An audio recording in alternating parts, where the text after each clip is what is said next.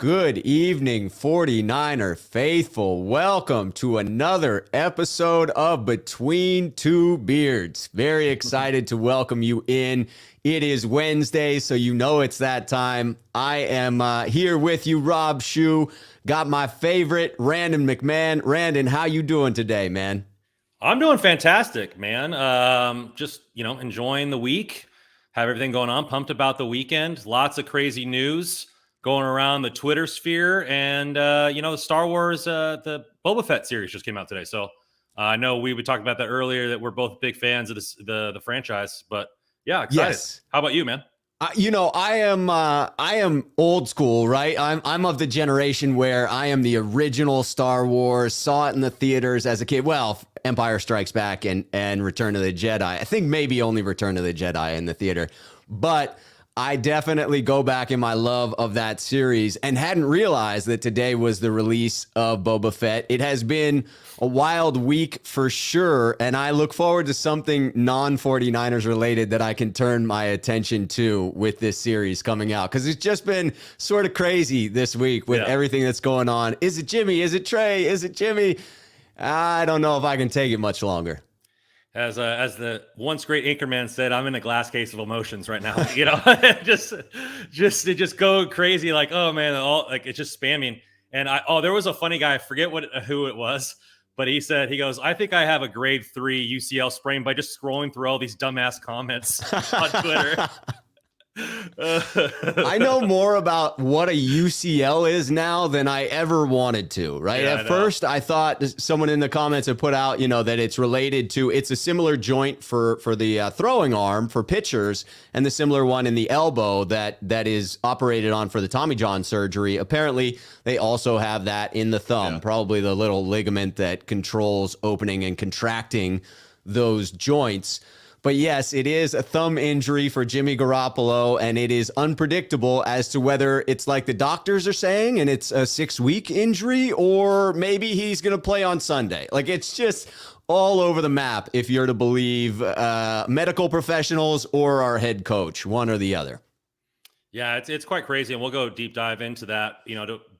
I'm just wondering, since you're a big fan and like obviously the old school Star Wars fan, who's your favorite bounty hunter? I mean, obviously Boba Fett's a big bounty hunter, and then this series is supposed to be about him taking over the bounty empire from Jabba the Hutt, like that whole empire. Yeah.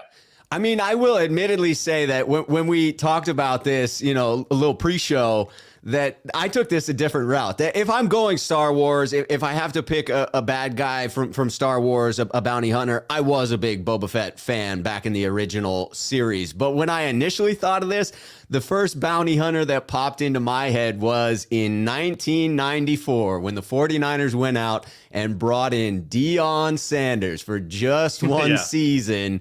Paid him his bounty. He came and delivered for the 49ers, and then took the next big bounty and went and played for our hated rivals, the Dallas Cowboys. Yeah. Man, I was a teenager. I took my Niners shirt. I wrote F Deion, but not just F. I spelled that thing out and wore it loud and proud every game in that 95 season. Heartbreaker, just in it for the money and the glory, and all that swag left with him. Yes, it did. And it unfortunately landed in Dallas. You could say it was either he or Charles Haley that made the difference in between the 94 and the 95 season. That was definitely tough. Well, speaking of tough things, the 49ers certainly dropped a tough game against the Titans last Thursday. Really brutal. I mean, that one stung. I don't know about you, but I was watching that with my folks. I was out in California on the golden soil. Thought that would be enough to get that win. And my pops is kind of a negative dude when it comes to a bad game. And so I had that trash happening on the screen, and then I had the chirping coming in my ear of a Niner fan who was displeased with the end result of that one. The Niners lost control of their destiny and then relied on the Saints beating the Dolphins to get that control back. What were some of the bigger takeaways that you took away from that failed effort, whether they were positive or negative, Randon? Well, it was an interesting thing for me because there's a 49ers fan club out here in Dallas Fort Worth, and I haven't gone to any game with them. They usually rent out an entire bar. There's over like 150 fans there. And so a couple of years ago in 2019, I went for the Saints game, and there was a freaking drum line in the bar, like drumming the whole game, like first downs and stuff.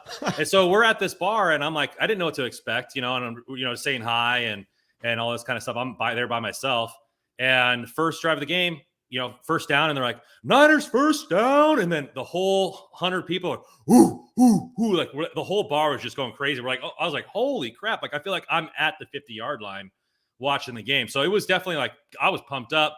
We go down there, get the first touchdown. We drive, and then 3 and out, first touchdown, go down there to get the touchdown again. And then the interception. And I was like, okay, well, he tried to fit it in there, but the team is rolling. Like that interception shouldn't derail the team. The team is moving the ball effortlessly. And then we, go down there again, and it was like a field goal. We're like, okay. And then the overthrow to Juice. And it, like you talked about it last week, the quicksand, right? From the replacements. Like it just seemed like one thing after another. And then Jimmy shed his skin for the last drive like he usually does and marches down the field. But it just after that first interception, you want it to be like, I think it's okay. But for the most part, I mean, the last 3 out of the 4 times or games, they've had the lead going into the half, and they've let the team back in it. It kind of sucked. It really, really did. And they have. I mean, it has been a situation where the 49ers have had control. And we had seen this one play out before, where the 49ers are dominating and just not racking up the points that they should. And you sort of start to play the tape in your head like, oh no, here we go again. Like we're marching up and down the field. And yet the inability to punch it into the end zone and the costly turnovers and the missed plays ended up killing the 49ers. Unable to capitalize on another badly injured team. I mean, it really set up for the 49ers' strengths to overpower the weakness of the Titans in the 49ers' D-line against that devastated O-line. But the 49ers, for the most part, were just unable to capitalize on that. And I know that sounds wrong with the idea that they did sack Tannehill 4 times. But quite honestly, it should have been far more than that. I mean, Bosa getting chipped all game long, certainly no answer for that. Max protection all of the time. And yet max protection, we can't seem to cover, right? We can't double cover one of their guys. They're doubling Kittle. They take him out of the game. But A.J. Brown, forget about it.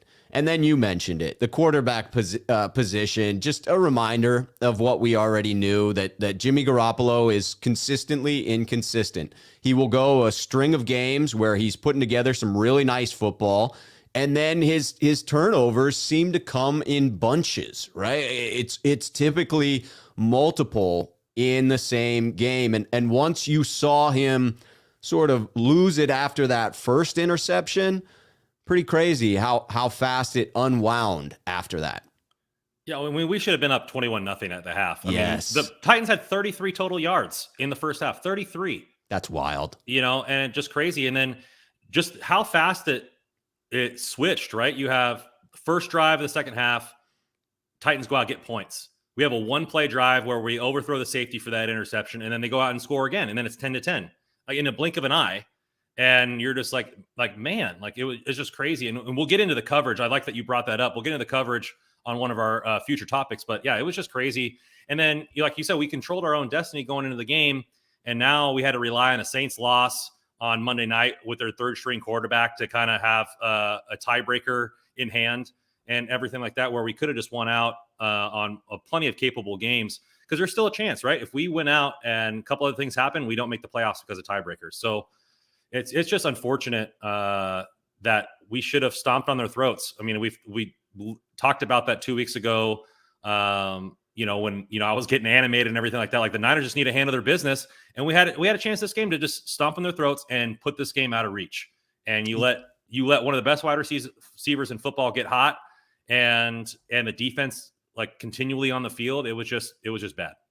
Yeah, that's the key. Allowed the other team to get back into it. Allowed that number, whatever you want to say A.J. Brown is, that top 10 wide receiver in the league, to get hot.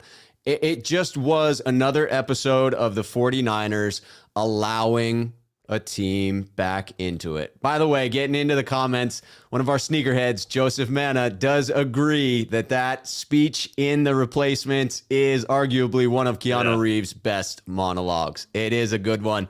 We got a couple of super chats to get to here. NorCal Trocus coming in. Kyle Shanahan needs to his ego bench Jimmy G, play Trey Lance. It's better to see a rookie make mistakes than a vet make rookie mistakes. So I think what he's saying here is Kyle Shanahan needs to set his ego aside, bench Jimmy Garoppolo, play Trey Lance, because it's better to see a rookie make mistakes than a vet make rookie mistakes. And this is a common theme that 49ers fans seem to harp on, and it's hard to dispute, because you do watch Jimmy Garoppolo continually making the same mistakes over and over again. It's oftentimes a linebacker that he doesn't see, although that wasn't the case here. I'm interested. The first throw to Kittle, it was single coverage, and after the game, both Kittle and Jimmy were saying they'd make that throw again, and I tend to agree. When it's one-on-one to Kittle, I think he failed to get the outside leverage, and that made it a bad throw. But one-on-one, Kittle in the end zone, if you're Aaron Rodgers, you're making that throw, right? Yeah, you threw the ball on the back shoulder. So he was cutting in, you threw it on the back shoulder, you allowed the corner or whoever was covering him to make a play on the ball, and he made a good play. He undercut the route. If he leads him and that ball's high and outside where only Kittle could catch it, you give him a chance to bring it down. That is a chance for him, and it's not a ball that I was really mad at, right? The rookie mistakes, which I still want to talk to a quarterback coach or an offensive coordinator, what is classified as a rookie mistake over a veteran mistake? Because you saw Stafford overthrow his wide receiver by 10 yards and got picked by a safety this weekend, just like the second pick from Jimmy G. So, what is considered a rookie mistake? But regardless of that, this particular play, the ball placement was just bad. And I thought the route was there. If you play it high and outside where only Kittle can catch it and let him go up and get it, the corner was only covering the inside part of it or the outside part of his shoulder. The ball was behind him. Yep, I agree with that. If you had placed it as more of a jump ball, then it could have favored Kittle in that scenario. Again, the one-on-one coverage, I am taking that every day, but bad ball placement. Swift Dog 49er, one of our sneakerheads here on the channel coming in. Does Kyle think an injured Jimmy is better than a healthy Trey? Just curious. I think we will find out the answer to that question this week or next. We touched on the fact that it's sort of a mystery just how serious this thumb injury is.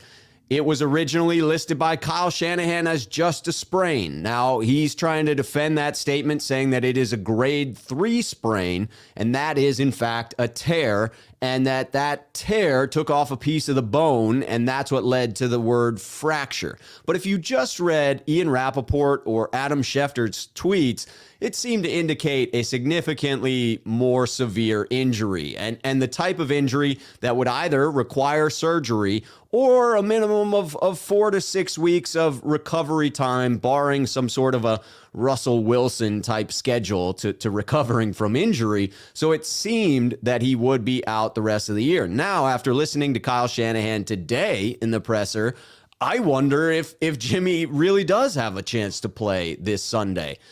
I would hope that in between a Jimmy who has an incomplete grip on the football versus a healthy Trey, I would hope he would choose Trey in that scenario.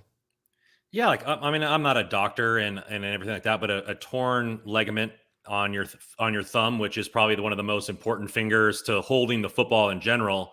Maybe not the spiral, but he's in the pocket and he's moving around and he gets hit on an arm, and re-injures it again. It just seems like something that is trivial, right? To keep under wraps or to play games with. And I know there's a lot of people on Twitter that it's like in tinfoil hat season, that this Yes, is not a real is. injury, and this is his Kyle because he doesn't have the cojones to bench Jimmy, so he's putting it as an injury.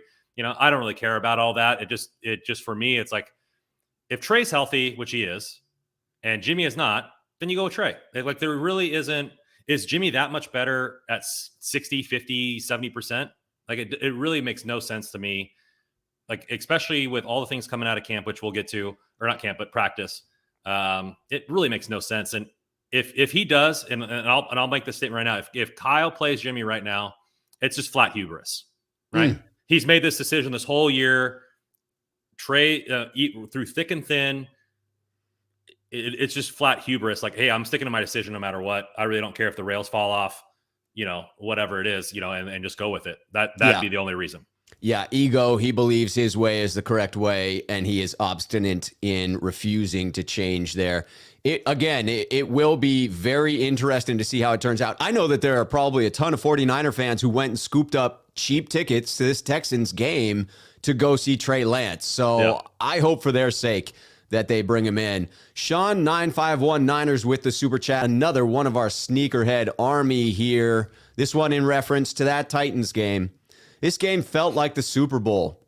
Niners dominate, then Jimmy lets some drives slip, and the defense gives up third downs over and over and over and over and couldn't recover. I had to add a couple of overs because I think they gave up 5 or 6 third and longs in that second half, one of them being a 3rd and 23.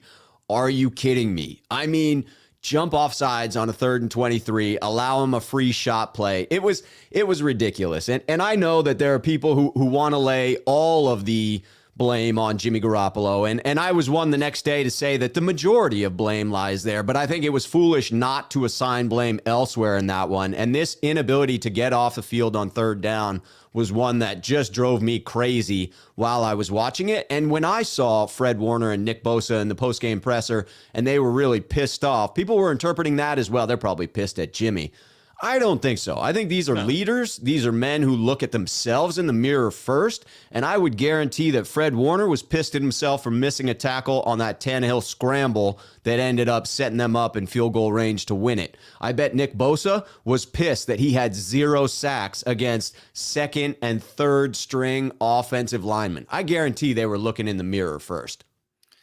Yeah, I mean, they're on their side of the ball. They don't make any excuses. They're pros, right? And they want to handle their business. Everybody's tired. The game situation flips back and forth. But if you look at how the game went, right? Titans get the ball in the second half, 13-play drive. We immediately throw an interception. So how do we beat people, right? We beat people by long extended drives, running it down their throat, getting the defense tired repeatedly over and over. And so 13-play drive, the offense goes 1 and out with an interception, and then you have to, on a short field, stop them from scoring again. Like the defense is going to give up stuff at that point, and then they're gassed, right? So you're gassed right away back and forth, and then, we have 8 plays, and then we turn it over on downs, and then they give up a touchdown again. So it was just back to back to back. And we'll get into the coverage stuff because there was a couple of podcasts that I listened to about the coverage. So let's throw it over to this next topic here, which is Ambry Thomas Revisited. And this can be a coverage thing in general, but we talked about last week with Ambry Thomas and getting a lot of hate on Twitter for how bad he's playing or this or that.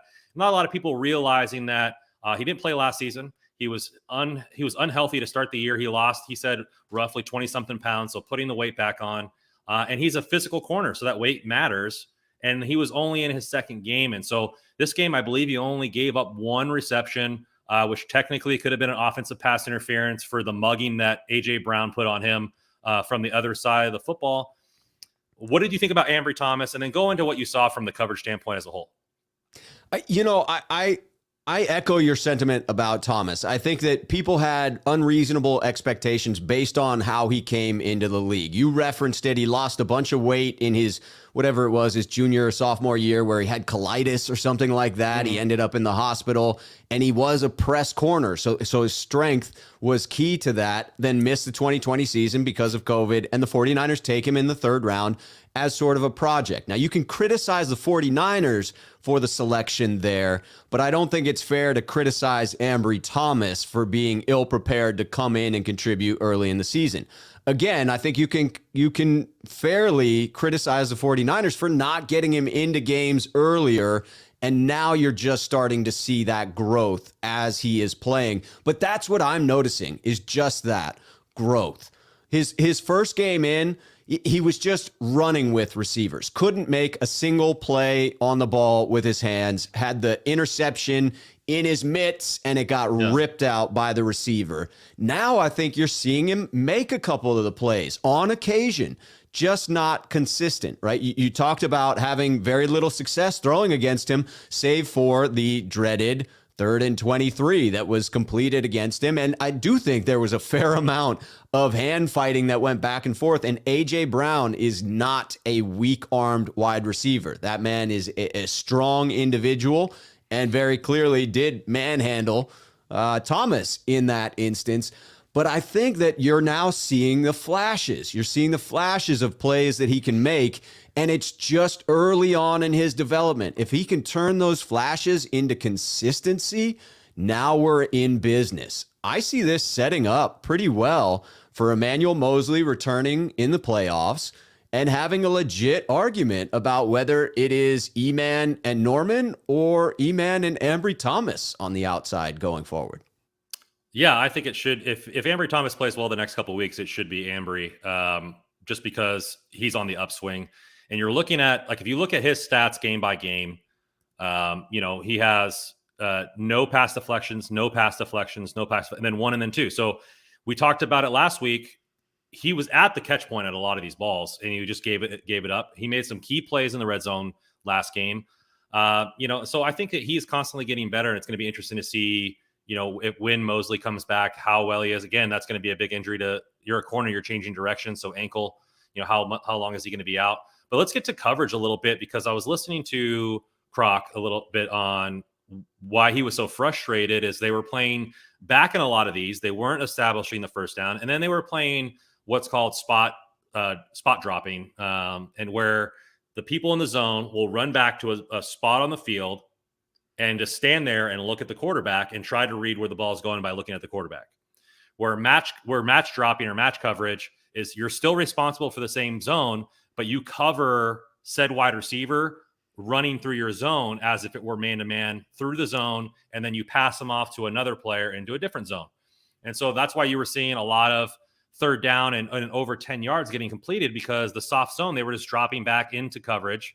And if you're A.J. Brown, like, you're an elite wide receiver and you're not playing one-on-one, you just have to sit. I mean, we've seen Ayuk sit plenty of times. We've seen Deebo Samuel sit in soft coverage plenty of times and get get quality chunks of yards. So I think the defense allowing those 3rd downs is more on D'Amico Ryans than it is on the corners. I know Norman gets roasted a lot, but the soft coverages, like, he's responsible for what they're calling. And it didn't seem like they established any, like, base barrier at the first down, in my opinion. I think you're right. This was one of D'Amico's worst games within the season. This harkens back to his inability to adjust against Green Bay, if you ask me, in particular when referencing chipping Bosa. But as you talk about the secondary coverages, I was noticing that in the soft coverage, playing off, allowing the receivers to catch it underneath, and then hoping to make the tackle, keep it in front of them. And I think that, sure, you're limited with Josh Norman on the one side in that you probably do have to allow that soft coverage because he is not the fastest cornerback out there and will get roasted on the deep shot if you're playing up there on the line. But I just don't think that's the case with Ambry Thomas. And therefore, it seemed like a bit of a mistake. And there weren't enough adjustments to it as they continued to have success. There was nothing done that convincingly said, we're making an effort to really throw some blocks in front of A.J. Brown to prevent him from just single-handedly demolishing this defense. And when you watch on the other side of the ball, the Texans very capably bracketing coverage on George Kittle and eliminating him after the second catch of the game sometime early on in the first half. It is frustrating to wonder why we didn't have any quality adjustments that allowed us to place better coverage on A.J. Brown in that situation. Yeah, I think it's just, you look at Robert Saleh year over year, diversified his coverage. And, the stuff that we were talking about when you first came on my podcast, that they on third down, they were playing a lot of man earlier in the season without man corners. And now you have a man corner and you're playing soft zone. like I know, like I'm not an expert in DB stuff, but like cover 6 is man on one side, zone on the other. You're playing a combination coverage. Like there's a lot of things that you could do to benefit your players. And like you were only up 10-0. Yes. Like why are you playing like you're up by 40? Like the first game against the Lions, like we were up by so much. I get like just put the backups in, play soft, make them beat you. But being up 10, like where's the killer instinct on the defense? Like why are we playing so soft on that point? Especially they came in, like I said, 33 total yards in the first half. Like they had them on the ropes. Like they were dominating them. And it just didn't make any sense to me, like the coverage schemes. No, and you're right about not having that killer instinct, and that's reflected in the lack of turnovers that the 49ers have. When you don't put that pressure on the opposing offense, then you don't force them into the errant throws that end up changing the game with turnovers, and the 49ers just don't have a good enough offense to overcome their own mistakes.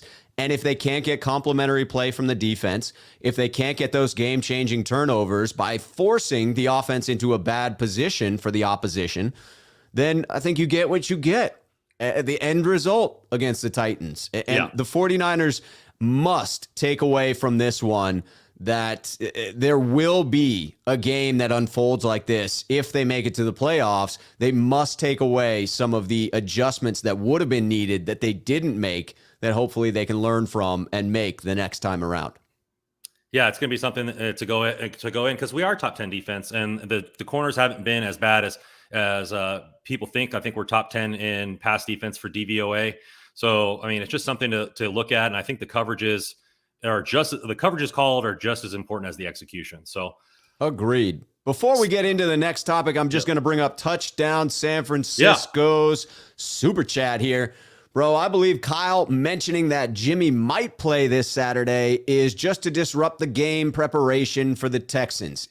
This one, I think, I'm not a tinfoil hat guy. I don't buy into conspiracy theories.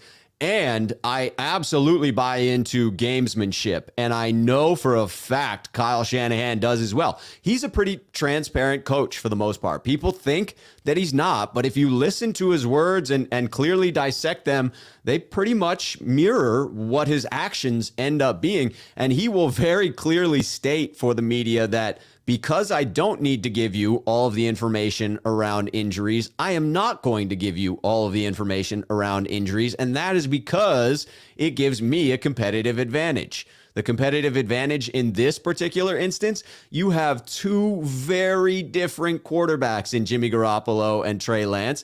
And if the Texans need to prepare for the possibility that either one of them could go, I think that is a distinct competitive advantage. So in this instance, I agree wholeheartedly with Touchdown San Francisco that this is gamesmanship by Kyle Shanahan, that he does want the Texans preparing for two different quarterbacks. I think it is unlikely Jimmy plays this week, but I'll be honest, I'm surprised that there's even a chance for him in week 18. I thought this was the end of the season for Jimmy Garoppolo. Yeah, but there's no reason to put him on the IR right now. Most teams waited. In Russell Wilson's aspect, they waited till Friday or Saturday, put him on the IR if that's what they're planning to do with Jimmy. So there's really no reason to. There's a lot of teams don't take players off IR until, even though they're practicing, they don't take them off officially and put them on the roster until the weekend. But for me, if I'm the Texans, with knowing all the fans know the injury, you practice for Trey Lance. If Jimmy's in there, then great. We don't have to worry about the RPOs. But all the other stuff is pretty much still the same. Right. I mean, the play designs and what they're good at, and so which we'll get into. But I think it's made more of a big deal than it actually is. It's just you don't have to, so why not? Like it's the same thing with the draft. They didn't have to say who they're taking, so why do you? Like it's not you're helping other teams out. It's not like it's like a deception. It's just he doesn't have to. Right. It's a competitive advantage, and you will take every competitive advantage that you can in that instance. All right, man, let's go on to the next one. For our Star Wars theme in the beginning, Jimmy G, Return of the INT, a little Return of the Sith here, or Return of the Jedi, whatever you want to take it out. But yeah, we saw bad Jimmy here this time. We talked about it in previous weeks. Every quarterback has A through F games, and this was definitely a D or an F game. And had some bad throws, missed a wide open use check, and the wheels really fell off. What did you see from him? how did you view how the game went, the pulse of the game, and his demeanor? Kind of just walk us through that.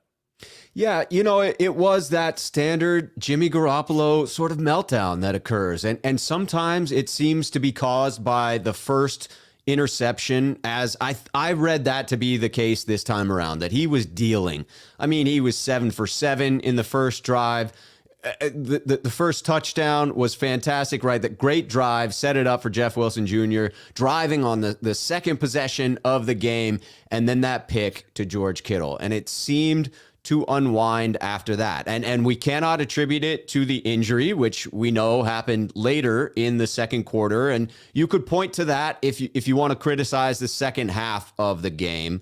He certainly looked bad coming out with the overthrow to Debo, resulting in the interception to start the second half. But it's that inability to commit the turnovers at almost the absolute worst time. To throw the interception to Kittle in the end zone on second down, where a simple overthrow would have allowed you one more chance at the end zone. And if not, you take your 3 points. And the end result of the game was 3 points. So those 3 points did matter. Jimmy wasn't terrible in the first half, as far as he only had 4 incompletions. But 3 of those incompletions in the first half were atrocious, absolutely horrible. One was the pick in the end zone. One should have been a pick, and one that should have been a touchdown to Juice, who was wide open 20 yards on any side of him. He was on the airplane runway doing this, like wide, like I'm wide open, That was so painful to watch, because I feel like maybe I could have completed that pass. I know I couldn't have, but I feel like maybe there's a chance. And it just, again, it's like grapes. Jimmy's turnovers come in bunches, and it just seems that he gets into his head. And you said demeanor, and that came up a lot on Twitter. The smiling and the laughing on the sidelines. That doesn't bother me, in that I know it's actually what makes him so capable of coming back at the end of a game like this and throwing that touchdown, of completing that touchdown drive. Because, to reference Ted Lasso, I've said many times, Jimmy does have the memory of a goldfish.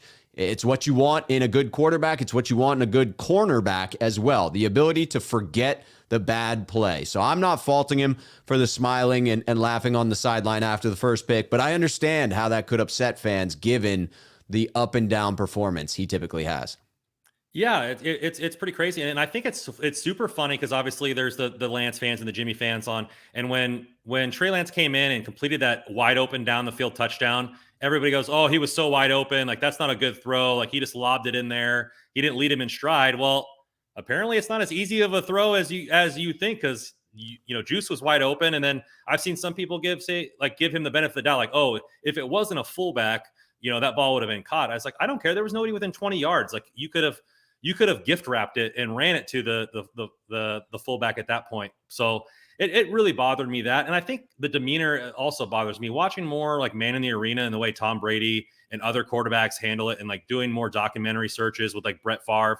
Like get your guys in the game. Like this is a lot. Yeah, you can be loose. Like I'm fine with players being loose and right, all that kind of thing. But like, hey, let's go. Like let's get it going. Like we have to get this one. This game is going to slip out of the hand if we don't do those things. And it just is weird. But then you have 2019 led the NFL in fourth quarter comebacks with 4. And like he's had a lot of last drive touchdowns this year. It's just really, like, it just baffles me how the ebb and flow of him extends not only in like his career, but in a game to game scenario. It just baffles me at some points. It definitely does. I just bring this in because I love getting educated. Eric, one of our sneakerheads, bringing in that Juice was, in fact, a tight end in college. Therefore, you cannot compare his receiving skills to most other fullbacks out there. I was unaware that Juice had a background as a tight end. It certainly didn't assist him in any go-go gadget arms that would have been required to bring down that pass from Jimmy Garoppolo. It just is inconsistent. And I think that's the frustration, that you can watch him be efficient, operate within the offense. You can see Kyle Shanahan strategically place him in position to be successful, take advantage of the quick release that he has, the ability to hit tight windows over the middle of the field. But then you just have those moments where, again, it seems that he just freezes, locks up, locks onto a player, and you get the types of turnovers that we had against the Titans. Just so painful to watch when you see the opposite, when you see how an efficient offense for this team can light up the scoreboard, and then you get a series of those plays that are just frustrating to watch. Before we transition to the next topic, bringing in CT Law here with the Super Chat. It's clear they want Jimmy after the press conference. If Jimmy is playing with a broken thumb, how bad does Lance suck? LOL. There's some validity to this. I certainly will not take the stance that Lance sucks. But what I will point back to is my agreement with Steve Young on this point. Steve Young made a very eloquent point when he was in an interview more recently with Matt Mayoko that you can find on Matt Mayoko's podcast. Is a great listen. I highly encourage anyone who hasn't listened to that to go and listen to it because it's relevant now that Trey is coming into play. It touches on a bunch of different points around Trey himself. But the one that I draw from here is in reference to the message that Kyle Shanahan is sending us by not playing Trey. I believe wholeheartedly that Kyle Shanahan wants to win football games, that he wants to win at all costs, that he's a hyper-competitive individual, and that's even greater than his ego, which I'm not going to say is small by any means. And therefore, when he is not playing Lance, that sends the message that he does not believe Lance contributes to the 49ers' ability to win. And the fact that he doesn't even get Lance in for packages of plays indicates that he doesn't believe Lance is prepared to contribute in those instances. So that's what I read from it. And yes, the idea that he is considering playing Jimmy, who has the injured thumb, above the rookie, while I'm leaning toward that being gamesmanship, as we stretch on, I think it will become a real dialogue of whether they play Jimmy after a couple weeks of rest or whether they go with the rookie. And so that is the message I get from it, that he doesn't trust Lance on the field quite yet. I don't think it speaks to Lance's abilities in the future, but it does as to his preparedness right now. I 100% disagree. And this is why you multiple stuff is going on. None of us here are in the locker rooms or any of that kind of stuff back there. And this thing is an amoeba. It's constantly changing as it's going on through the season. You look at the beginning of the year, right? Maybe it was simple as, hey, we didn't have a trade partner for Jimmy. He's making $25 million. He's starting, right? Lance could have had a better camp. We don't ever know. And he just did it that way. Or he had the luxury of starting, or he had okay, if we start Jimmy and he sucks, we can move to Trey Lance. But if we start Trey Lance and he sucks, we can't move to Jimmy because that doesn't show confidence in the rookie. And then he came out and said after the Arizona game that Lance started, that if he was healthy, he would have started or most likely would have started in against Indy, but he wasn't. So then if he starts that game, is he the quarterback the rest of the season? And we're not even talking about Jimmy G. But then Jimmy G gets backed in the corner and plays some of the best football of his entire career consecutively, only losing one game to a good team. And now we're back in the playoff hunt. Then you don't go back. Then Kyle would be stupid to go to Trey Lance if Jimmy's healthy. So I think it's just kind of a constant amoeba going on. And then he doesn't have to declare Jimmy Garoppolo out. One, Jimmy's not at practice, so he doesn't have to decide who's taking first team reps. Two, he doesn't have to put him on the IR if he doesn't want to. And it's all this kind of stuff. And then also there's a point to be made. If Jimmy can throw the football, but he's 60%, is 60% Jimmy better than Nate Sudfeld? Probably. Right. So if Lance gets hurt on the field and you have to go desperation mode, Sudfeld or an injured Jimmy, give me an injured Jimmy. I just don't think it's he doesn't think he's ready, because if Kyle Shanahan is the offensive coordinator that he is boasting and pounds his chest to be, he can make a game plan for Trey Lance in 1 week against the Houston Texans.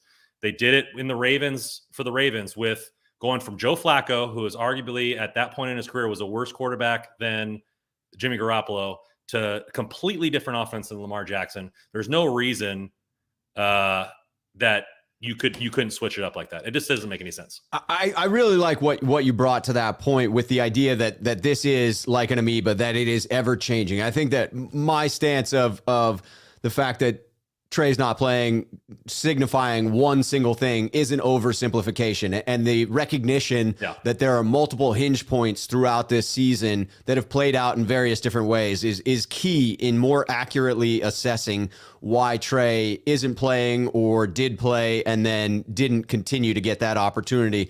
I will say that his unwillingness or inability to work him in on packages more recently, as we hear that Trey is now fully recovered from any lingering issue with his broken finger that occurred in the preseason, and that he's coming on. The idea that Kyle has not worked him in, again, to me, does send the message that he doesn't believe that Trey is adding value in that way. But I think other things can be true at the same time, that he may feel Jimmy is a rhythm quarterback and he doesn't want to disrupt the rhythm. He may truly believe that he's a rhythm play caller. He doesn't want to disrupt his own rhythm.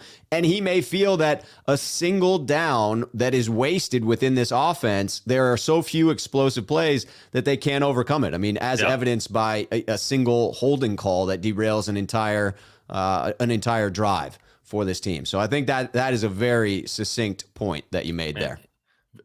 Great point on your own, man. We're rolling right now, and let's go on to the next topic, because talking about Lance, it's a Lance. Hello, another movie reference there. Talking about Trey Lance, man, he might be getting might be his turn, right? I mean, all indications are that he's probably starting. With all this gamesmanship and stuff like that. If Jimmy starts, then that's the decision. But right now, based on the injury timeline, it's pretty much going to be Trey Lance. It's his time, man. It really should be. I would like to see it. You're coming off a game where you got your vintage Jimmy Garoppolo. The fans' frustration is at an all-time high. It's a legitimate injury. There's no tinfoil hat conspiracy theory nonsense going on here. Anytime Adam Schefter, Ian Rapoport, anytime they're putting out this information, they're not going to risk their credibility to help the 49ers sell some storyline about bringing in their backup quarterback. That's nonsense. These people have million-dollar careers on the line and reputations around the league that they want to keep at the highest standard. And so it is the injury that has taken this new conversation in this direction. I would think that it is Lance, and that means, what are we going to see? I would be highly frustrated if we see a similar game plan to the one that we came out against Arizona with. If I see 16 runs in the stat column for Lance in this one, I am going to lose it a little bit. I'm not going to lie. Now, only, 9 of those were designed play calls where he was designed to run the ball. So, half of that is attributable to him wanting to get outside the pocket. But I would say that I'd be looking for about half of that. I'd be much happier with a quarterback who has, 8 scrambles. 4 of those are called runs, and 4 of them are him escaping the pocket, extending the play. But what I really want to see in the game plan is exactly what we're seeing with Jimmy plus.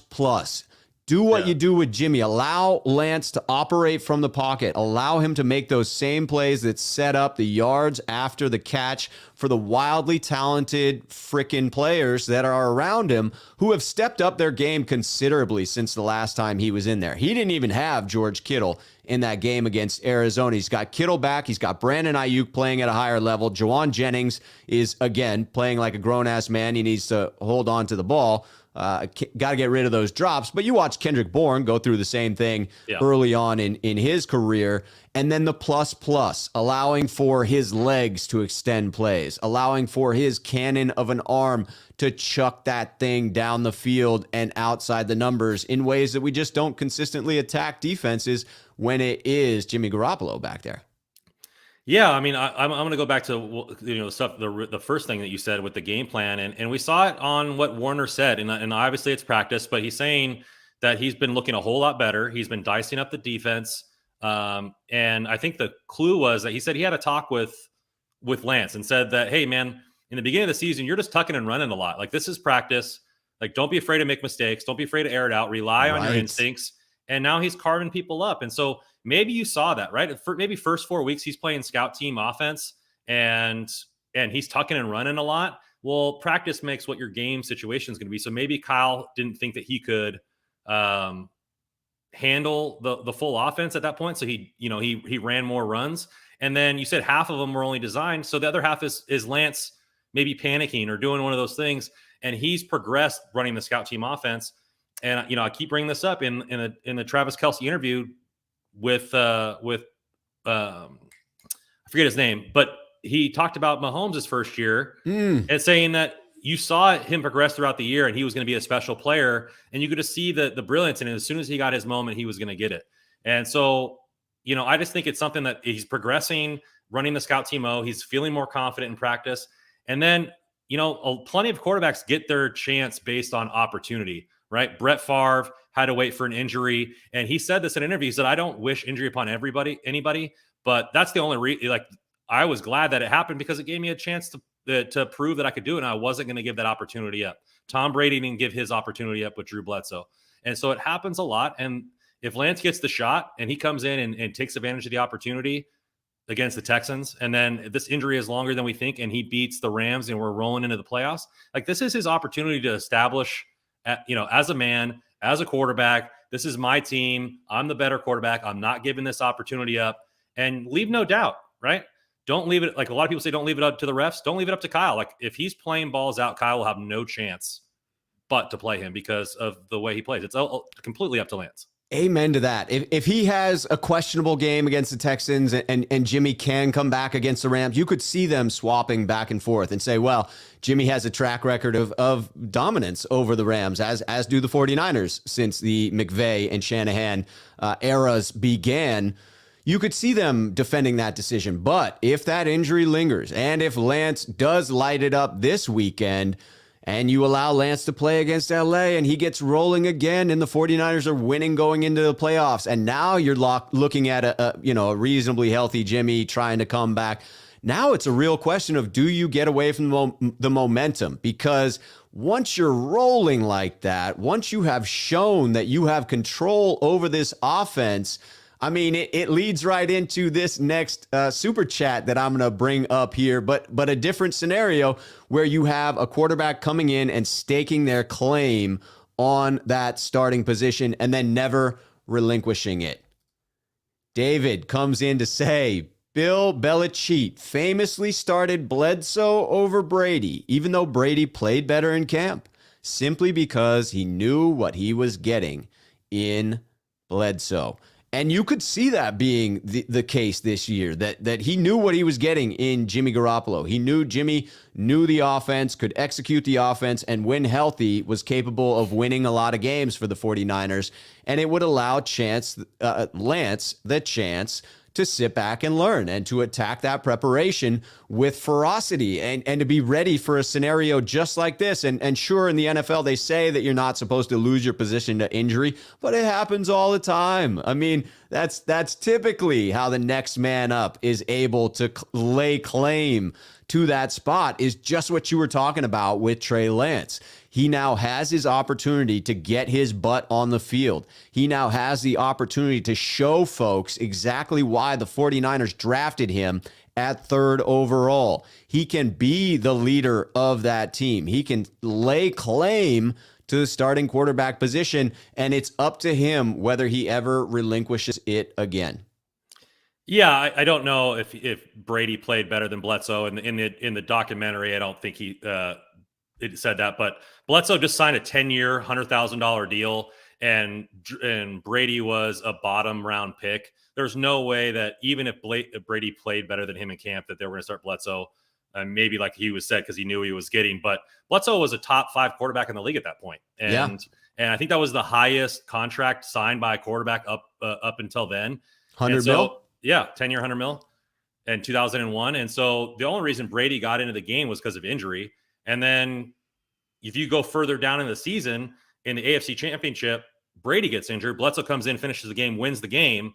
And then they had to decide who was going to start the Super Bowl, whether it's Bledsoe or Brady. So that was the most deciding factor at that point. Do you go with the guy who just won the AFC Championship game, came and step in, or do you ride the horse that got you there the whole season? We might be coming into a similar season if not to that extent, but if Lance balls out on Sunday and Jimmy is healthy, where do you go? What a good problem to have. Yeah. MGM Productions comes in with a suggestion that we need to get over to Kyle Shanahan for a goal line package. Fax it He over. Suggests Kittle at tight end, Debo at running back, Wilson at fullback. I love it. I think Wilson absolutely has the mentality of a fullback when he wants to. He is a ferocious blocker, a ferocious running back, and I think that would confuse a defense, no question. I mean, you're probably looking at a 22 personnel there. You're probably bringing in another tight end, maybe Charlie Warner to be primarily a blocker. That's the type of play where maybe you're squeezing Trent Williams out and you're dumping it off to the big man. I mean, this just sets up with all sorts of possibilities. I like the suggestion. Yeah, let's just run the wishbone. Let's put Juice and 2 running backs back there with Trey Lance and just, you never know who's going to get the ball on the goal line. I'm fine with that. I mean, they're all big backs. They all can get it done. And I don't know if Charlie Warner is still back. He's a good run blocker. Put him in at 22 personnel there. Amen. I mean, why not? Why not lean into your strengths? That's what we did. That's what we didn't do in the Ravens game with the offensive line over a ton, but I digress. Oh, I digress indeed. Dakota Mule coming in with the super chat. Play Trey, to hell with Kyle Shanahan's ego. I mean, this is interesting because we don't really know. We're not in the building. The beat writers are not in the building. Hell, it got even worse for them today. They're back to Zoom calls for the press conferences, right? I mean, we have now taken a step backwards. The NFL has shortened timelines to let infected players back on the field sooner. They have kept fans in the stands, but somehow we need to limit media from getting close to the head coach or anyone else. They must view beat reporters as being filthy individuals, that they don't want them getting close to their coaches or players. I hope this isn't the case. I hope that we get that access back, because it is through those interesting pieces that beat reporters do deeper dives on players, and it's talking to them in the locker room, those candid conversations where people let their guard down and you get inside information that you just don't get at the podium, because guys know that they're in front of freaking cameras. They know that there are 30 people writing down every single word that they say. It's a different vibe. When it's one-on-one, you can get some of this. You could hear a bit more about Kyle's ego. But I say all that to say that we say a lot about Kyle's ego, but nothing comes from in the locker room. No one is openly criticizing Kyle Shanahan. And you have some pretty vocal leaders on that team that I would expect to criticize Kyle Shanahan if his ego was getting in the way of production for the team. I don't think Trent Williams says all the glowing things he says about Kyle Shanahan if he felt that way about his coach. I see the ego being something that we as fans and pundits will speak about, but it doesn't seem to negatively impact the team, and it doesn't seem to be something that rubs the locker room the wrong way. Yeah, I could see maybe he's going with the personal ego, which is what we mentioned to before. Maybe not a outwards, display, but just, hey, like, I'm right. Jimmy's better than whatever he's been playing the whole year. We're going to play him because of that. But he's injured. You go with the healthy guy who, by all accounts, is progressing. It really makes no sense at this point not to play Lance. But like we said, they don't have to put him on the IR. They don't have to make him out for the game until Saturday. So, like, why make the preemptive thing? You're not getting, Sudfeld is running the scout team offense right now anyways, because Jimmy is not on the practice field. Right. So practice isn't getting disrupted by saying Jimmy is in or out. Trey's getting all the first team reps. Like, it really doesn't make a difference whether they mark him out or not. It really doesn't. That's a great point. And yes, we got the official DNP for Jimmy today.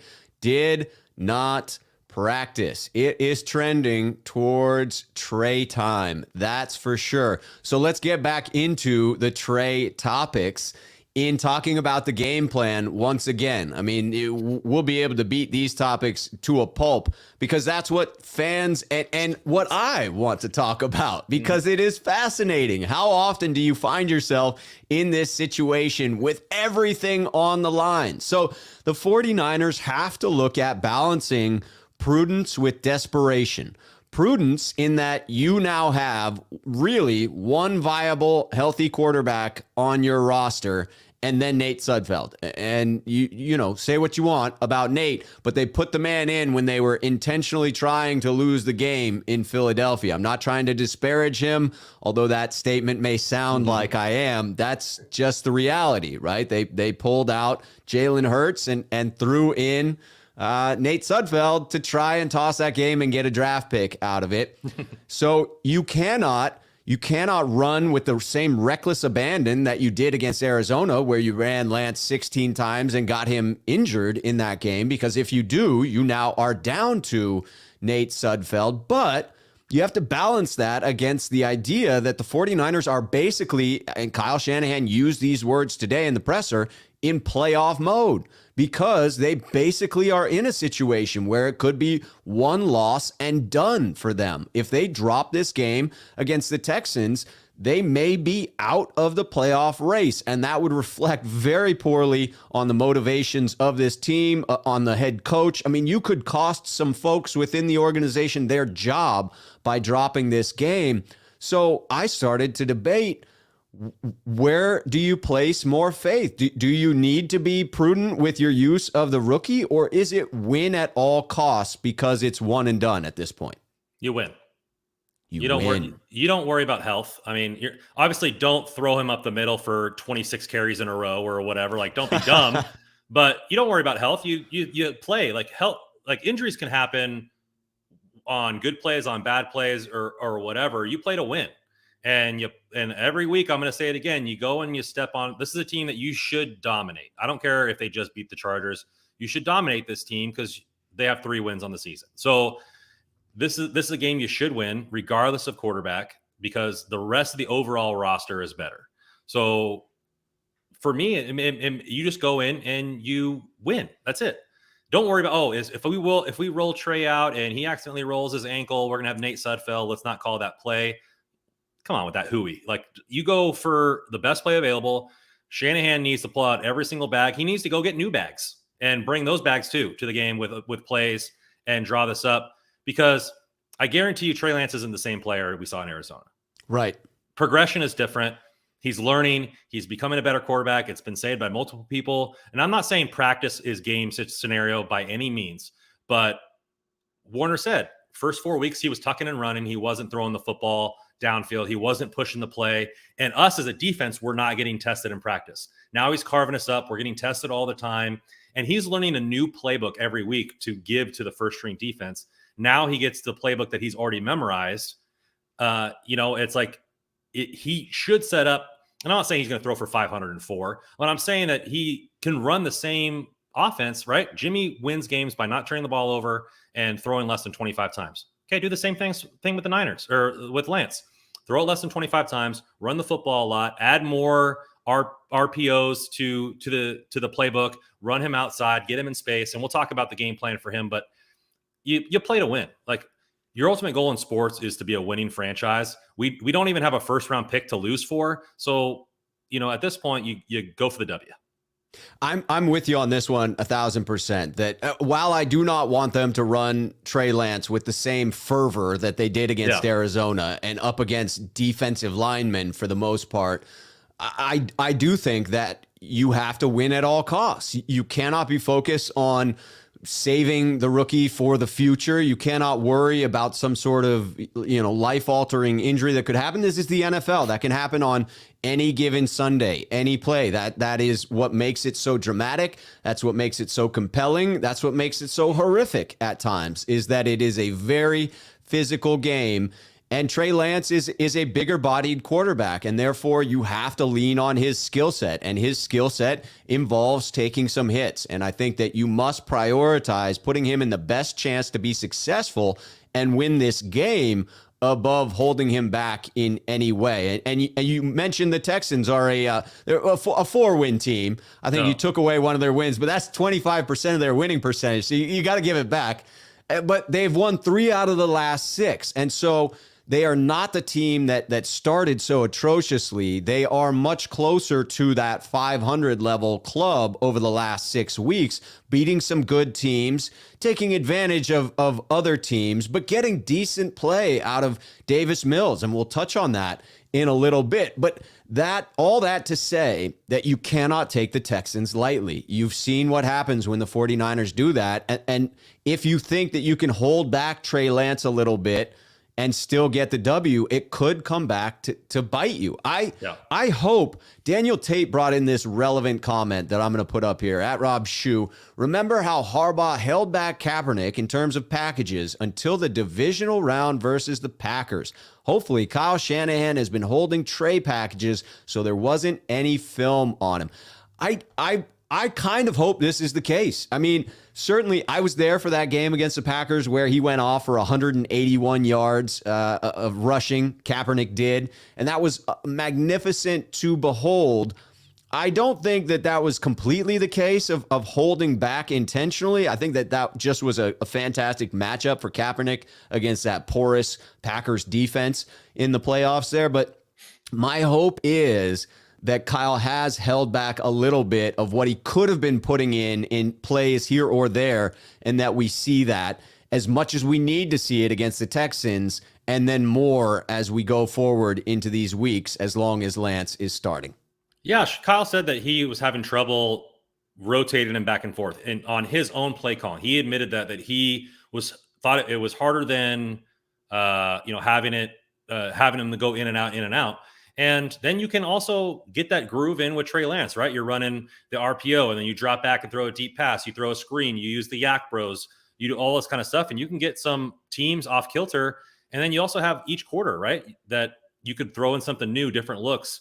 And, I think the only thing different than the Green Bay game is we have to win to get into the playoffs. I think at that point, you're already in the playoffs. And so holding plays back to surprise a different team, we're in a different situation. There is no tomorrow. Or at least tomorrow is a lot more bleaker if we lose to the Texans.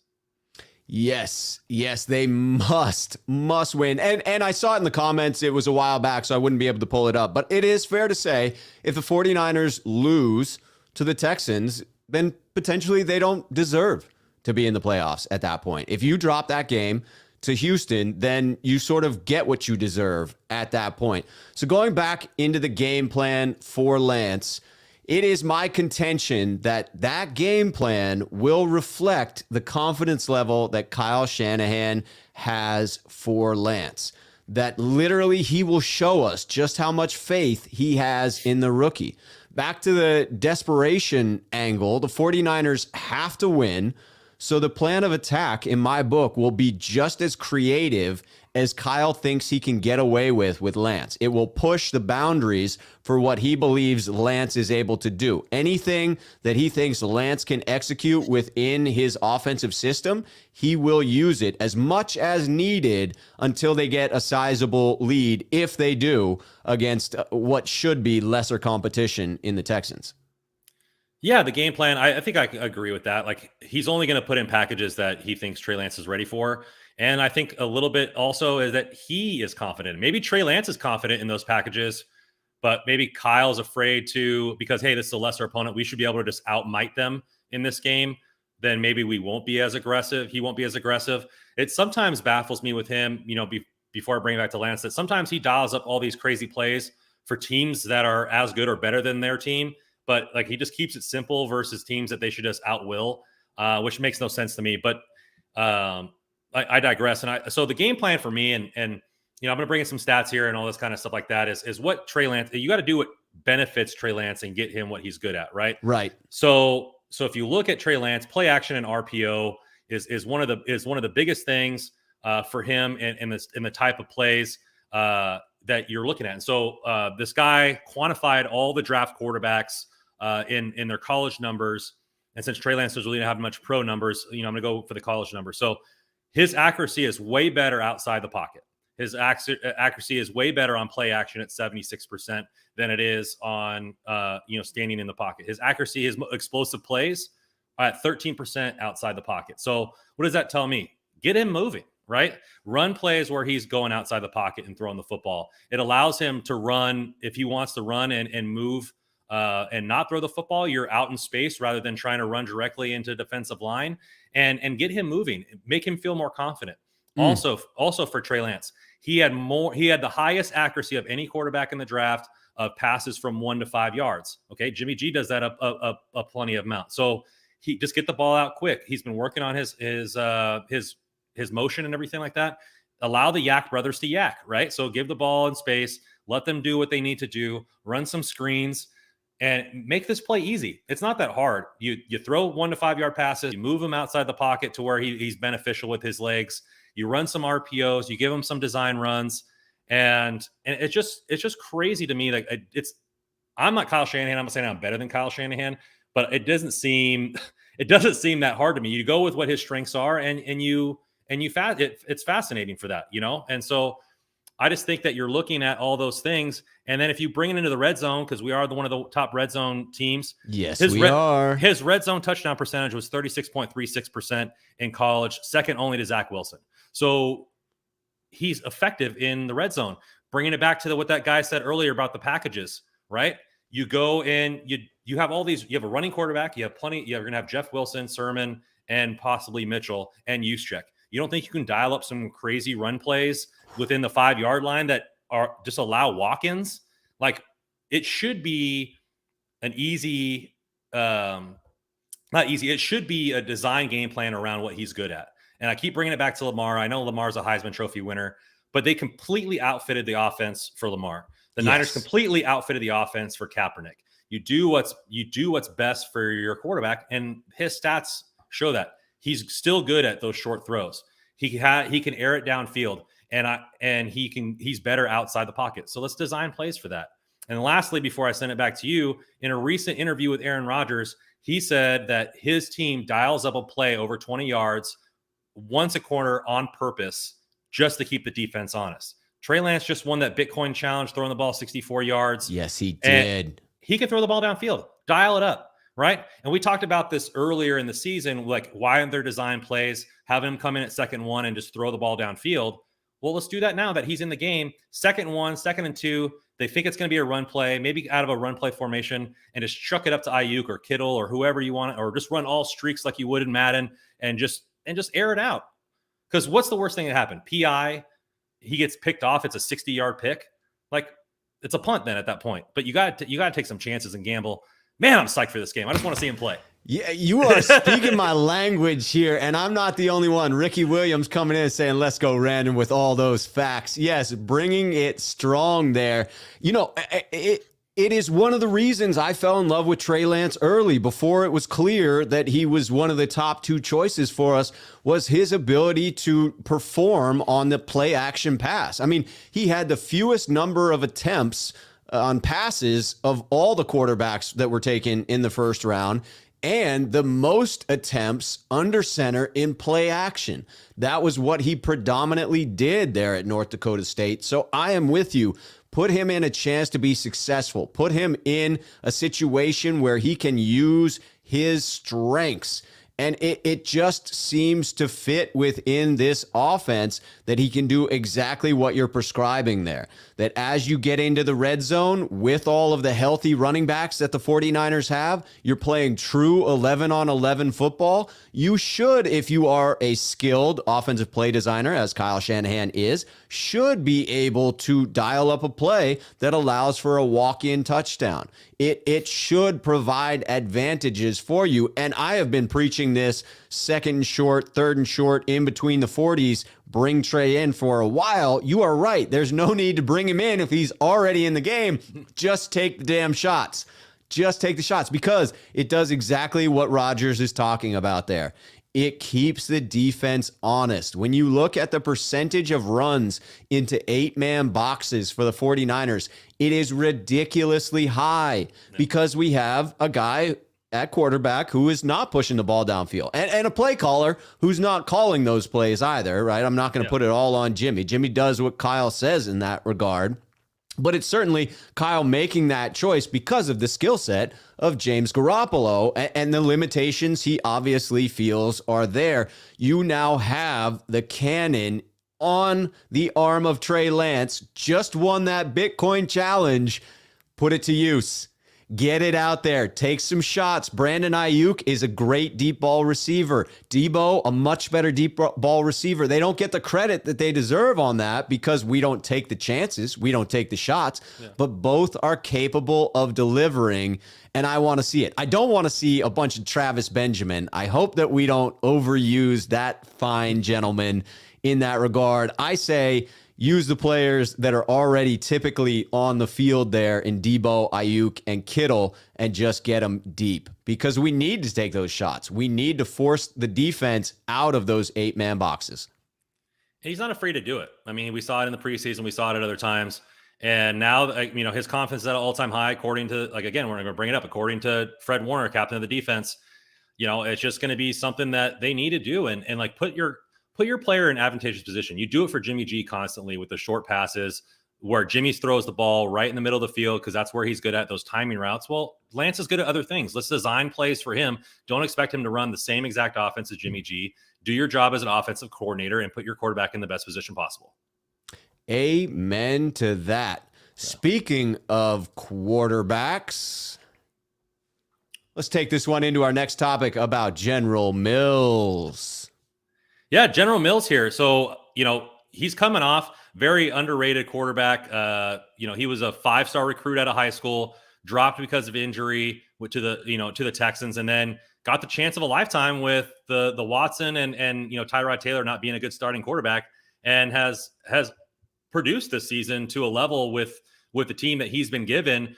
What has been your outlook on Davis Mills and his gameplay this year? Obviously coming off a good game against the Chargers, how do you feel about that? Yeah, I really just got into that game against the Chargers and cursory information about the season that he had up until that point. But in reading up on the last game, I was very impressed to learn that the last touchdown to Collins at the end of the game was actually a called run. And Mills, the rookie, saw the single high safety look and checked into the pass and then attacked the one-on-one matchup that he had on the edge for a touchdown. I mean, this is quite honestly the type of criticism that we're still levying against our quarterback, Jimmy Garoppolo, and the reason that we want to see something a little bit more from Trey Lance is that ability to attack. And that we have a head coach that loves to attack in that regard. So what I will say about that is it reflects to me on Davis Mills and just how mature and in control of the game he was against the Chargers. Now, I do think that once you get rolling, that can build your confidence. And so they were leading through the first half. They come out and they're taking the ball away, right? Three turnovers for the Texans, and we'll get into their ability to force those turnovers in just a minute in our last topic. But that set him up to be confident, but he executed at that level. And to me, I'm very impressed. I mean, I think that it's still being decided as we speak as to whether he's the answer for the future, but the early returns would point toward yes in that regard. Yeah, so I think you have an argument to make that he's the best rookie quarterback this season so far.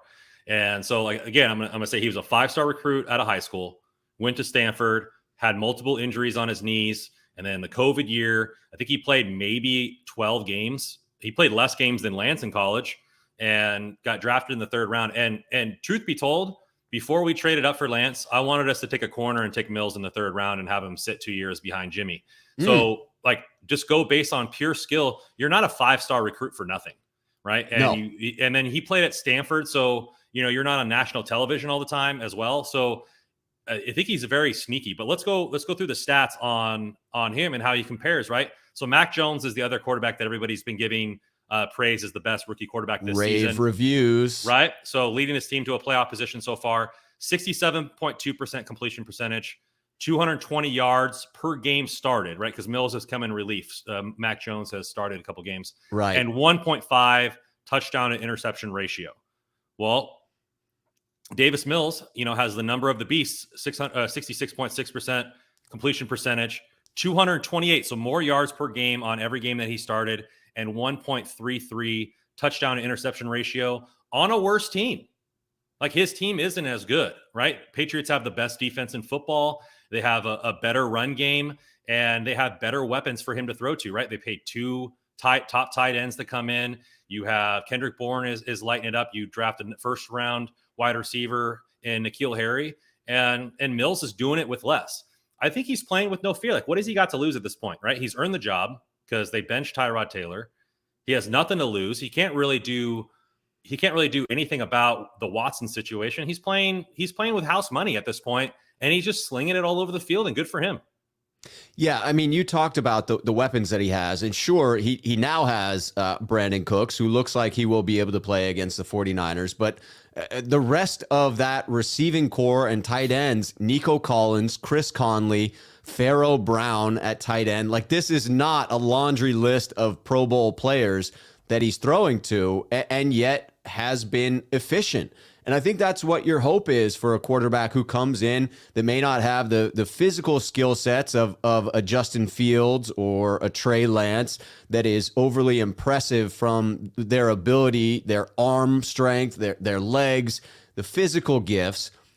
You're expecting someone like Davis Mills to be more coming out of Stanford, be a bit headier, right? To be able to read defenses, to be able to make the calls at the line of scrimmage like he did in that shot play that I just talked about, and to be efficient, to not turn the ball over at a high rate. And the early return, small sample size, but on a bad team to be performing in the way in which he is, I've got to say that I think it presents as a real challenge for the 49ers this week. You've got a rookie quarterback who's gaining some confidence. You don't want to allow him to stick around in this one. This is another setup where the 49ers must put their foot on the Texans' throats, because if they don't, you've got a rookie quarterback who probably wants his first fourth quarter comeback, right? He wants to beat another playoff caliber team just like he did last week. Yeah, you got to knock the general off his horse early in this one. Yes, you do. All right, getting into another super chat here by Touchdown San Francisco. Bro, we need those shots because we need those PIs. We have been plagued by pass interferences. That is an astute statement. The 49ers have been unable to generate sufficient pass interference penalties by taking deep shots. And they certainly have been the victim many times this year by teams just chucking it up and knowing that their defenders are going to fall behind, they're going to grab, and they're going to get called for it. If the 49ers can just put up on average that one shot per quarter that you referenced Aaron Rodgers talking about, you know you're going to get 1 to 2 PIs per game. That's just the way that it turns out. It is what defenders do. The 49ers are not alone in having suspect cornerback play. That is a theme throughout the NFL. There are a lot of suspect cornerbacks out there. The 49ers just haven't been able to take advantage of those because they're not taking these shot plays. Yeah, I mean, I've said it multiple times. Outside of the rarely called offensive pass interference, there's really only one negative to throwing the ball deep, which is an interception. But the player makes the catch. It's on point. 2, you let your receiver make a play. 3, defensive pass interference. And 4, it's an incomplete pass. And if you take that on 2nd and 1 or 2nd and 2 on advantageous downs for the Niners, it's a no risk play. It's almost like it's a offsides, and it's a free play at that point, because it's offensive pass interference is rarely called, and if you give the wide receiver a chance, he has a chance to knock the ball out of the defensive player's hands if it's a bad play, or he has a chance to go up and get it himself. I don't really understand why the Niners don't even take it with Jimmy G, because he can throw the ball 40, 50 yards. He can. And why not dial it up? It makes zero sense to me why they don't dial up those plays and they rely solely on yak plays to get it done. But like you said, PIs are at an all-time high. The refs are calling them left and right. And, you're going to put players in bad positions. Kittle is a mismatch anywhere he goes. Debo's playing out of his mind, and Ayuk is a freak. So you're going to be mismatched at least a couple times a game where the DB is going to have no choice but to try to make a PI. Yes. Yes. And the 49ers need to put opposing defenses into that poor position and take advantage. Speaking of putting the opposing teams in poor position, let's talk a little bit about the takeaway situation. And this is our final topic in closing out. And I think it's fitting because the way in which this game shakes out, I think it's fair to assume that if it goes as we expect it to, one of the only ways in which it could really skew in the Texans' favor is if the 49ers fall behind in the takeaway battle. That is precisely what happened in the game against the Los Angeles Chargers. The Texans scored 17 points off of 3 turnovers. One of those was a pick six. And the Texans have been very good at taking the ball away throughout the season, being one of the best in the league. And even with giving the ball up considerably themselves in this quarterback carousel that has happened a little bit for the Texans, they still remain +3 in takeaways. So I'm curious if the 49ers, and specifically Trey Lance, assuming he is the starting quarterback, will be able to avoid turning the ball over. You certainly saw Trey with the ability to avoid the turnovers throughout his college career. Do you think in his second career start, he's going to be able to avoid coughing it up to the Texans? I think the game plan will be that way early, and I think it'll slowly unfold like a flower, so to speak.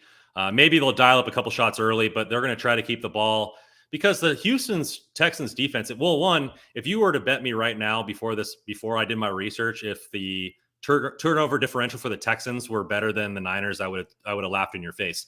But +3 turnover differential, so they're taking care of the ball too, and the Niners are I think -5. So but they're a weird defense. So they're bottom 3 almost in every single yardage category given up. So it just seems like the Texans defense is like, okay, well, we're just going to try to go for turnovers because that's the only way that we're going to get nobody's going to turn it over on downs because we just give up so many yards. So we might as well go for turnovers. But, they're 6th in the league in interceptions. And Niners are second worst in the league in interceptions.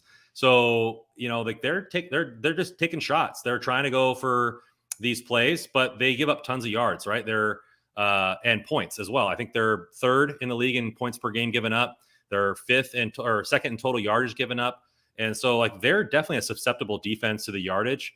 And it's just going to be about taking care of the ball, which it always is, right? Jimmy G's undefeated when he doesn't turn the ball over. It's going to be a similar thing with Trey Lance. But I think also Trey Lance has the arm to recoup from some of those turnovers, maybe in the fourth quarter, unlike Jimmy, but who knows, right? Because he's still an unknown. Maybe he hasn't progressed as much as I think he has, or maybe the Texans come up with a good game plan or whatever, because Herbert is definitely established, and they took advantage of Herbert in that game and how much he likes to throw the ball around the field. So it's, basically long story short, we can't turn the ball over. No, I mean, it sets up to be advantageous for the 49ers to run the ball effectively against the Texans. They are not a good, solid defense against the run. We should be able to control the clock, control the game, and score. But you have seen this consistently for the 49ers in games where they have racked up considerable yardage, which the Texans are giving up on defense, but been unable to punch it in the end zone or turning the ball over, and therefore making these games more competitive than they should be. I, too, was surprised to learn that the Texans are tied for 8th best in the league with 24 takeaways by the defense, and that it was those takeaways against the Chargers that truly took down what is a far better playoff team than the 4-11 Texans. But here we are. They did start out very poorly, have gone 3-3 over their last 6-game stretch. And the 49ers, if we're comparing with the ability to take the ball away, 49ers are in the lower half of the league, 20th in the league, tied for 20th with 17 takeaways themselves. And this defense just doesn't seem to be, the 49ers defense just doesn't seem to be capable of turning the ball over at a high rate. So you would think that this sets up for the 49ers to need to play ball control, that if they are going to be able to run successfully on the Texans, what they will need from Trey Lance is to be judicious with his decisions. If he's going to take the shots, you want them to be those deep shots to where it's essentially a punt, even if the ball is turned over at that point, but getting it down the field and then playing rather conservatively for the rest of the game and counting on the fact that you are the better team, that you should be able to stop the Texans. I don't anticipate Rex Burkhead having another 100-yard rushing game against the 49ers, who have a much more stout rushing defense than the Chargers do. And so I think that you're looking at a situation where the 49ers will be able to contain the run. It's not a very exciting stable of running backs there for the Texans. And if they do that, then, it sets up to be a favorable matchup. As long as we don't turn the ball over, this one should end up favorably for San Francisco. Yeah, I think they should. Like, they're the better team, right? Yes. Texans got the better of the Chargers, but the 49ers are a better team. And the thing, and it's interesting after we're doing research with this, and I'm going to throw you a question here. We're seeing all the stats, like I said, 7-0 with Jimmy doesn't turn the ball over. Well, is that also a defensive lapse as well, right? If we're not turning the ball over to help, like, it's a team, wins and losses, in my opinion, and in yours as well, are a team stat. Yes, they are. So are we not turning the ball over enough to help in these situations where our offense is faltering? Like, we're relying on nothing but 3 and outs or punts, and we're not creating advantageous situations for our offense to have short fields. I think that is a fair criticism of this defense, that is the missing piece. People were criticizing Fred Warner earlier on in this season for not having the type of Pro Bowl season they expected after the big bag that he took home. And I thought it was a solid statistical season, but it was missing the splash plays. It was missing any sacks. It was missing any forced fumbles. It was missing any fumble recoveries. It was missing any interceptions. And I think that has been a theme for this year's defense, that while they have been sound for the most part, with a few games that are outliers that we touched on earlier on in the program, in particular this past game and the inability to get off the field on third downs and inability to make adjustments against the Green Bay Packers earlier on in the season, that outside of those couple of games, maybe a handful of others, it has been a very solid season for DeMeco Ryans and this defensive unit, but not so in the turnover differential, not in the ability to generate picks and to generate those forced fumbles. And that's the reason Josh Norman remains on this roster, is his ability to punch out that football, because the rest of the defense is just so bad at it. And I do think that's a fair call out, and one that points to where the 49ers are with regard to their record. If they had forced the ball out of opposing teams' hands more frequently, it would have resulted in more wins for the San Francisco 49ers. No doubt about it, with how close many of these losses were. Yeah, we're in one-score games. We have 9. What's our record in one-score games, if you were to guess? Ooh, I'm going to guess 4 and 5. Exactly right. 4 and 5. Ooh, how about that? Yeah. But so a lot of those games come down to 1 or 2 plays, right? Who's, out of all the playoff teams in the NFC, who has the lowest turnover differential? That would be the Niners. Ouch. So we could turn some of those. We could have turned some of those games around. And Jimmy's not above reproach, right? He's had his bad games, but the defense not turning the ball over and giving the offense more key positions, right? Why did the Titans get back in the game? Touchdown, interception, another play, right? It was 10-0 in the blink of an eye. And like, they need to do that ball more often. Why we dominated the Rams game, 2 straight interceptions. Like, the Rams couldn't get the offensive going because of turnovers. And so, it's going to be a big key to not only this game and going forward because of whether either quarterback, but in the playoffs, right? You're going to almost have to play perfect football to win games. Amen to that. We've got one bonus topic coming in, and it is about the third phase of the football game, the 49ers special teams. Touchdown, San Francisco back in. Bros, I'm worried about our special teams. Do you think the Texans might pull a trick on special teams? I don't know much about the Texans special teams. I have a special guest coming on a special program tomorrow at 9 a.m. bringing on a gentleman that will talk Texans with me. I will throw that out there. But you would assume that a desperate team like this is willing to do desperate things. And if you're looking at ways in which the 49ers could potentially lose this game, it is shooting themselves in the foot with penalties. It is turning the ball over and being unable to generate turnovers in return. And it could be something that sets up for a big return or a fumble on a return or some special teams miscue that then swings the game in the Texans' favor. So it's my belief that the 49ers must play sound on special teams. And to me, that starts with attempting to kick the ball into the frickin' end zone and force touchbacks instead of these long kick returns that we seem to allow all the time. And then you've got to look at who our punter is actually going to be. I don't know where Mitch Wishnowsky is in the protocols right now, but he did test positive. I believe that we are flirting with signing a punter if we haven't already added one to the practice squad. We did. Which leads me to believe that Mitch could be out. So it certainly could present an issue for the 49ers. Backup punter? That's a tough situation. Yeah, so Cameron Johnston, I just looked it up, is named as an alternate for special teams for the Pro Bowl. So, I mean, he's having a decent season, but, right, they're trying to play spoiler. So, I mean, if you're a Houston fan and you're like, okay, it's 4th and 6 or 4th and whatever, and they run a failed play and you don't win this game, okay, great, we have a higher draft pick.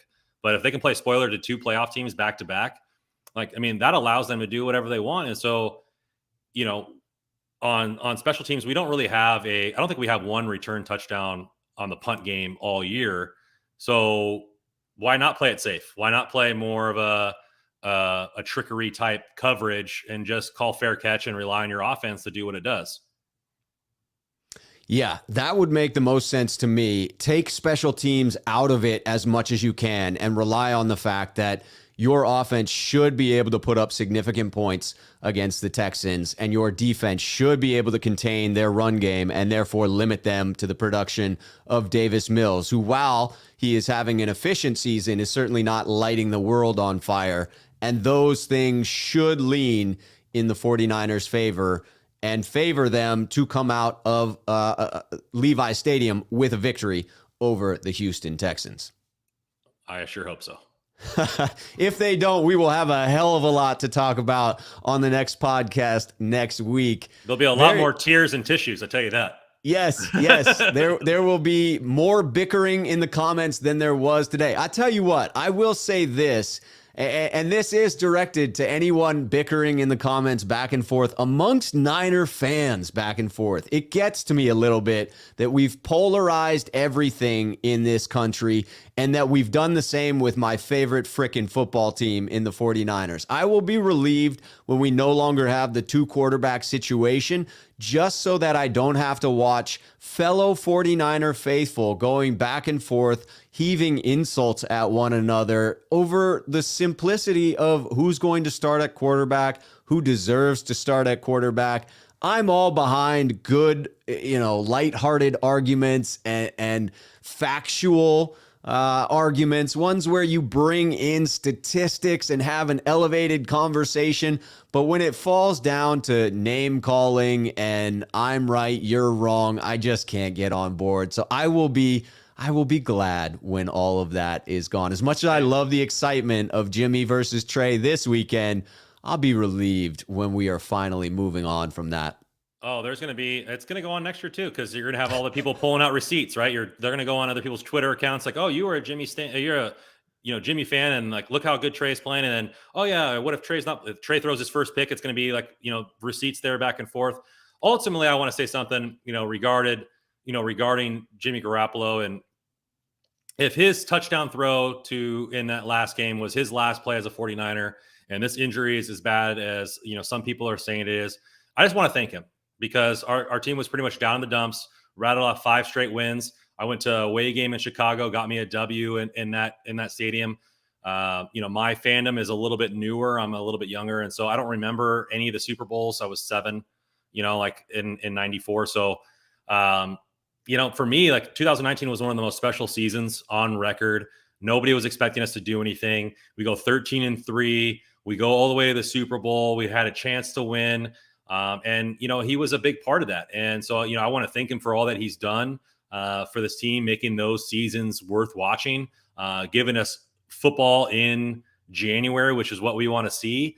And I wish him the best wherever he goes. And ultimately, for all, whether you're a Jimmy guy or a Trey guy, Rob and I both root for whoever's wearing the emblem and whoever's going to get those W. We want a W regardless. If Mitch Wisnowski comes in as named as starting quarterback, I'm supporting him on Sunday.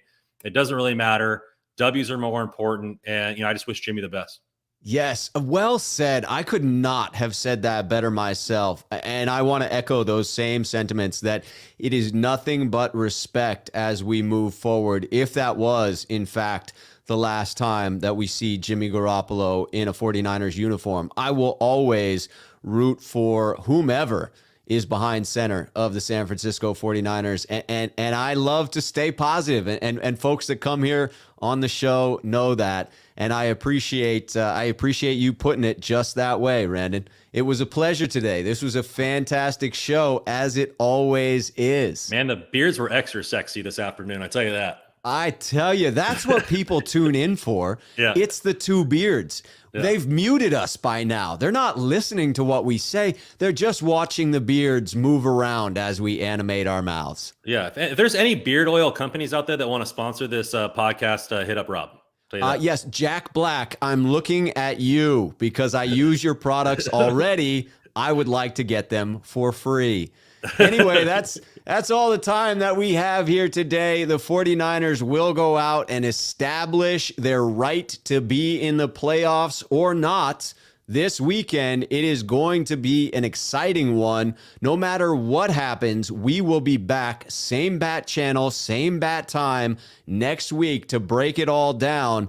If you do not subscribe to the channel, please do so. If you enjoy the content, please hit like. If you want to follow myself, hit me up on Twitter. And Randon has his information just down below in the description of this video. Both very high quality follows on Twitter.